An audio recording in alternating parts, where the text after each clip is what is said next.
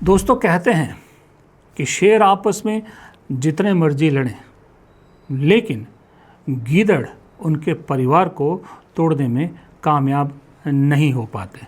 लेकिन जब होते हैं गीदड़ कामयाब तो शेरों के बारे में सिर्फ बात होती है। नमस्कार, मेरा नाम है प्रदीप चौहान। उसी सिलसिले में आज जो नाराज़ गुट है, चन्नी गुट, रंधावा गुट, उनके साथ भूपेश बघेल की बैठक हुई। कांग्रेस के एक वो हैं विधायक हैं राणा गुरजीत, उनके घर पर लंच पार्टी थी। वहाँ पर भूपेश बघेल को बुलाया गया था और वहाँ पर ये सब लोग मिले। कहा जा रहा तकरीबन 92 विधानसभा क्षेत्रों के एमएलए, एक्स एमएलए, उम्मीदवार, ये सब लोग मिले और इन सब ने अपना दर्द भूपेश बघेल के सामने बयां किया। अब भूपेश बघेल के सामने क्या दर्द बयां करना था या किया, उस जब मीटिंग ख़त्म होती है तो भूपेश बघेल भी निकले और ये जो दूसरे नेता हैं जो नाराज़ है वो भी निकले। तो जिसमें रंधावा जो इन गुट के एक गुट को लीड कर रहे हैं या चन्नी के साथ जो खड़े नज़र आ रहे हैं सुखजिंदर रंधावा, उन्होंने कहा कि हमने सारी बात कह दी है और एक शब्द का उन्होंने इस्तेमाल किया कि सब ने भूपेश बघेल को ये मैसेज दे दिया कि हमें कॉम्प्रोमाइज्ड लीडर मंजूर नहीं है। यानी कॉम्प्रोमाइज लीडर यानी सीधा सीधा इशारा था जो प्रदेश अध्यक्ष राजा वड़िंग, वो मंजूर नहीं है। दूसरी तरफ जाहिर सी बात है, गोदी मीडिया है, आग लगाने का मौका नहीं छोड़ेगी। तुरंत पहुंची राजा वड़िंग के पास जो इस बैठक में नहीं थे। तो राजा वड़िंग से जब ये सवाल पूछा गया तो राजा वड़िंग पिछले 5 दिनों में जिस तरह से बड़ी समझदारी वाले बयान दे रहे हैं, उन्होंने भी इस बार भी बड़ी समझदारी से बयान दिया और साथ में रंधावा को भी उनकी असलियत जो है वो दिखा दी। ਉਹਦੇ ਚ ਅਸੀਂ ਇਹ ਕਹਿ ਕੇ ਕਾਂਗਰਸ ਨੂੰ ਮਜ਼ਬੂਤ ਕਰਦੇ ਪਿੱਛੇ ਕੈਮਰਾ ਕੈਮਰਾ ਔਰ ਅਸੀਂ ਆਪਣੀਆਂ ਜੋ ਵਰਕਰ ਦੀ ਥੱਲੇ ਜੋ ਹੈਗੀ ਆ ਫੀਲਿੰਗਸ, ਜੋ ਐਪਰੀਹੈਂਸ਼ਨ ਆ, ਉਹਦੇ ਬਾਰੇ ਬੜੀ ਖੁੱਲ੍ਹ ਕੇ ਗੱਲ ਕੀਤੀ ਕਿ ਵਰਕਰ ਦੇ ਵਿੱਚ ਇਹ ਆ ਕਿ ਆਪਾਂ ਉਹ ਕੰਮ ਕਰਨਾ ਕਿ ਪੰਜਾਬ 'ਚ ਕਾਂਗਰਸ ਨੂੰ ਕਿਵੇਂ ਲੈ ਕੇ ਆਉਣਾ। ਉਹਨਾਂ ਨੇ ਬੜੇ ਵਧੀਆ ਤਰੀਕੇ ਨਾਲ ਗੱਲਬਾਤ ਹੋਈ ਆ ਔਰ ਨਾਲ ਇਹ ਵੀ ਕਿਹਾ ਕਿ ਕਈ ਵਾਰਾਂ डिसीजन ਜਿਹੜੇ ਨੇ ਉਹ ਪਾਰਟੀ 'ਚ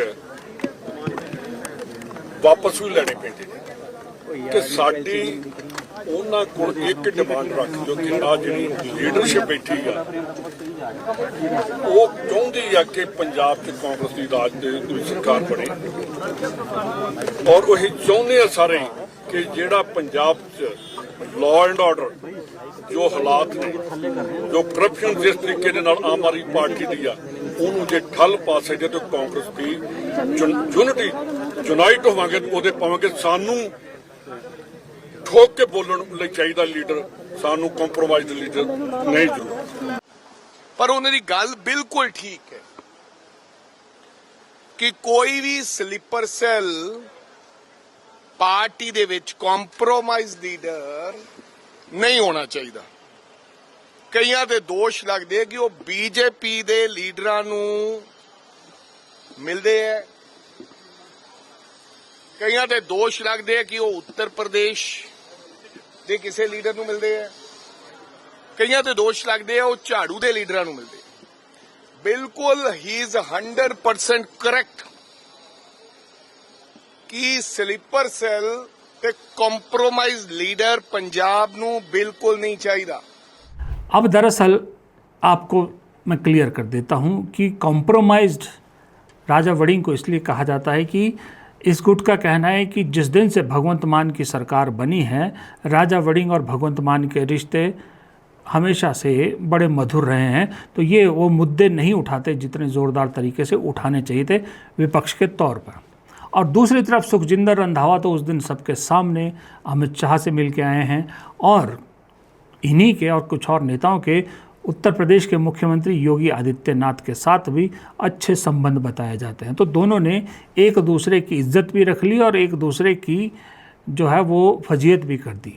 ये कांग्रेस में चल रहा है। इधर भूपेश बघेल ने भी बड़ी समझदारी से जो कह सकते थे उन्होंने कहा, क्योंकि सीजन नेता है, कि कहा भैया दर्द मैंने सुन लिया है, अब इस दर्द का इलाज तो मेरे पास नहीं है, इलाज तो हाईकमान के पास है, मैं उनके सामने आपका डायग्नोस रख दूंगा, अब इलाज जो है वो हाईकमान करेगा। लेकिन इतना ज़रूर कह के जाते जाते उसमें भी वो कि फैसले अक्सर बदला नहीं करते। राणा साहब ने आमंत्रित किया था जी, हमारे वरिष्ठ नेता हैं विक्की भैया, यार इतनी मुंबई थोड़ा डालोगे और एक बार के विधायक हमारे सीनियर लीडर हैं, उन्होंने आमंत्रित किया और राणा साहब के हाथ में अनेक बार आया हूँ, भोजन किया हूँ। तो हमारा मोबाइल नीचे कर लो प्लीज, इस तरह का संबंध है, प्रेम का भाई का संबंध है। तो उन्होंने आखिरी में मुझे आमंत्रित किया, तो आज मैं आया, सभी साथियों से बात हुई, मुलाकात हुई, अपनी बात उन्होंने रखा है और जो पार्टी के हाईकमान का फैसला है उस पे किसी का एतराज नहीं है, सब हाईकमान के साथ है। कुछ बातें हैं जिसको हमारे साथियों ने रखा और मैंने सभी साथियों से को विश्वास दिलाया कि जनरल सेक्रेटरी इंचार्ज होने के नाते मैं सभी के हितों का ध्यान रखूंगा। कोई व्यक्ति ये ना सोचे कि उनके ऊपर किसी बड़े नेता का जबरदस्त नहीं है, लेकिन यदि वो जीतने के लायक है निश्चित रूप से टिकट मिलेगी, ये मैंने विश्वास दिलाया है। दूसरी महत्वपूर्ण बात यह है, कुछ बातें साथियों ने रखी है, उसको मैं हाईकमान तक पहुंचा दूंगा। अब भूपेश बघेल जिस वक्त आप ये वीडियो देख रहे हैं उस वक्त तक अपने रायपुर पहुंच गए होंगे, वो निकल गए हैं शायद, और अब अगले हफ्ते रिपोर्ट देंगे, कहा जा रहा डिटेल रिपोर्ट देंगे, केसी वेणुगोपाल को देंगे और फिर राहुल गांधी से भी मुलाकात की जाएगी। हर नेता जिनसे वो मिले हैं उनके क्या ग्रजेस हैं, उनको क्या तकलीफ़ है और कौन किसको लीड कर रहा है, कौन किसको भड़का रहा है, कौन किसके साथ है, ये सारी चीज़ें भूपेश बघेल रखना है उस रिपोर्ट में देंगे। और ना सिर्फ प्रेजेंट लीडरशिप बल्कि जो पुराने नेता हैं जिन्हें एक तरह से हाशिए पे डाल दिया गया था या जिन्हें रिटायर्ड समझा जा रहा है, उन लोगों की भी क्या राय है, वो सब भी भूपेश बघेल मिल के आए हैं, सब चीज़ उस रिपोर्ट में जारी रखें। तो राहुल गांधी उस रिपोर्ट को जब स्टडी करेंगे तो ज़रूरत पड़ी, तो कहा जा रहा है ज़रूरत पड़ी तो पंजाब की लीडरशिप को बुलाकर उनसे डायरेक्ट राहुल गांधी बात करेंगे। लेकिन इस सब के बीच हैरानी मुझे भी हो रही थी, आपको भी हो रही होगी, मुझे तो बहुत हो रही थी कि भाई मैंने तो 2-3 बार बोला कि पंजाब में 5-6 महीने बाद चुनाव है और कांग्रेस के पास बड़ा अच्छा चांस है, उसके बावजूद इतना सिर फुटबल हो रहा है, कांग्रेस की बदनामी हो रही है, गुटबाजी हो रही है, न केसी वेणुगोपाल जा रहे हैं, न प्रियंका गांधी जा रही, कोई भी पंजाब की समस्या सुलझाने में इंटरेस्टेड लग ही नहीं रहा, भूपेश बघेल को भेज दिया गया है। ये थोड़ी हैरानी की बात थी। राहुल गांधी विदेश में बैठे हैं, उनकी तरफ से भी कोई इनपुट नहीं आ रहा है। तो ये जाहिर सी बात है, एक पत्रकार के तौर में थोड़ा सा ये था कि भाई क्यों कांग्रेस जो इतने ज़ख्म खा चुकी है पिछले 12-14 सालों में, इतने नेता छोड़ के जा चुके हैं, इतनी बार नुकसान झेल चुका है, सरकारें अपनी गंवा चुकी है, वो इतना कैजुअली क्यों ले रही इस चीज़ को। जब थोड़ा सा छानबीन करने की कोशिश की, थोड़ा जानने की कोशिश की, तो मुझे 1-2 नेताओं ने जो बात कही वो बात आज आपके सामने रख रहा हूँ कि उन्होंने कहा कि ठीक है वहाँ बर्तन खटक रहे हैं, हमारे बर्तन आपस में टकरा रहे हैं, इसमें कोई दो राय नहीं है और बर्तनों की आवाज़ दूर दूर तक जा रही, पंजाब के कोनों कोने तक पहुँच रही है, लेकिन राहुल गांधी फिर भी खुश हैं और कहा जाए तो ओवरऑल कांग्रेस पार्टी खुश है। मैंने कहा ये क्या बात हुई भाई, जब तुम्हारे अंदर की लड़ाई की आवाज़ें पूरे मोहल्ले में सुनाई दे रही और आप कह रहे हैं आप परिवार के मुखिया फिर भी खुश है, क्यों खुश है? तो जवाब आया खुश इसलिए है कि आज 6 दिन हो गए, 6-7 दिन हो गए इस सिर फुटबल को, 6-7 दिन हो गए इस झगड़े को, 6-7 दिन हो गए ये सारे मामले को, लेकिन अभी तक एक नेता ने भी, पंजाब के एक भी कांग्रेस नेता ने ये नहीं कहा कि पार्टी हाईकमान की नहीं मानेंगे या पार्टी के साथ नहीं है, या ऐसा एक बयान नहीं दिया जहां ये संकेत मिले किसी को कि ये पार्टी छोड़ सकते हैं, पार्टी टूट सकती है या किसी और पार्टी में जा सकते हैं। तो उन्होंने मुझसे पूछा कब आपको आखिरी बार ऐसा लगा था? तो मैंने भी ध्यान से सोचा बात तो सही है यार, कभी नहीं लगा, बल्कि उल्टा इतने दिनों में अगर किसी और इससे पहले की कांग्रेस होती, इतने दिन तक झगड़ा चलता, अब तक तो कांग्रेस कब की टूट गई होती, कब के कई नेता छोड़ के जो है वो बीजेपी में शामिल हो गए होते या किसी और पार्टी में, या फिर पार्टी के कोई अपनी पार्टी बना चुका होता, सब कुछ बना चुका होता। और ख़ास करके जिस तरह को तो चरणजीत सिंह चन्नी को प्रोजेक्ट किया जा रहा है कि सबसे बड़े नेता हैं, सबसे पॉपुलर हैं और मुख्यमंत्री के सबसे बड़े दावेदार हैं, तो वो उनके लिए तो सबसे आसान था कि जल्द अपना एक अलग गुट बना लेते, चाहे वो बीजेपी में शामिल हो जाते, चाहे वो कुछ अपनी अलग बना लेते। लेकिन पंजाब में ऐसा नहीं हुआ, ऐसा नहीं हुआ। और उसके बावजूद एक दूसरे से नाराज़गी है, लेकिन एक सुर में सब लोग ये कह रहे हैं कि भाई हम हैं पार्टी के वफादार और हमारा एक ही नेता है, इसका नाम है राहुल गांधी। बघेल साहब एक तो तजर्बेकार प्रधान थे मुख्यमंत्री ने, और एक कांग्रेस पार्टी आ ਜਿਹੜੀ 5-5 7-7 ਗਰੁੱਪਾਂ ਨੂੰ ਫੇਰ ਇਕੱਠੇ ਕਰ ਦਿੰਦੀ ਤੇ ਲੈ ਜਾਂਦੀ ਆ। ਬੀਜੇਪੀ ਆ ਹੋਰ ਕਿਸੇ ਦਲ ਦੇ ਵਿੱਚ ਤਾਂ ਕੋਈ ਬੋਲਣ ਹੀ ਨਹੀਂ ਦਿੰਦਾ। ਕੇਜਰੀਵਾਲ ਸਾਹਿਬ ਕਿਸੇ ਨੂੰ ਬੋਲਣ ਦਿੰਦੇ? ਹਾਲ ਵੇਖੋ ਉਹਨਾਂ ਦੇ ਐਮਐਲਏ ਦਾ। राणा जी ਤੁਹਾਡਾ ਸਾਥ ये वही राणा गुरजीत हैं जिनके घर में आज वो बैठक हुई। यही चन्नी ने कुछ दिन पहले कहा था, यही चीज़ राजा वड़िंग कह रहे हैं, यही चीज़ प्रताप बाजवा कह रहे हैं, यही चीज़ रंधावा ने भी कही। अब आप सोचिए 6 दिन से झगड़ा चल रहा हो और बीजेपी शांत बैठी है, बीजेपी कुछ नहीं कर रही, ये कैसे पॉसिबल है? वो भी कांग्रेस पार्टी में। किसी और पार्टी में हुई होती तो समझ में भी आता, चलो बीजेपी कहती कोई हमको इतना फ़र्क नहीं पड़ता, लेकिन कांग्रेस में ये सब हो रहा है, उसके बावजूद बीजेपी कुछ नहीं कर पा रही।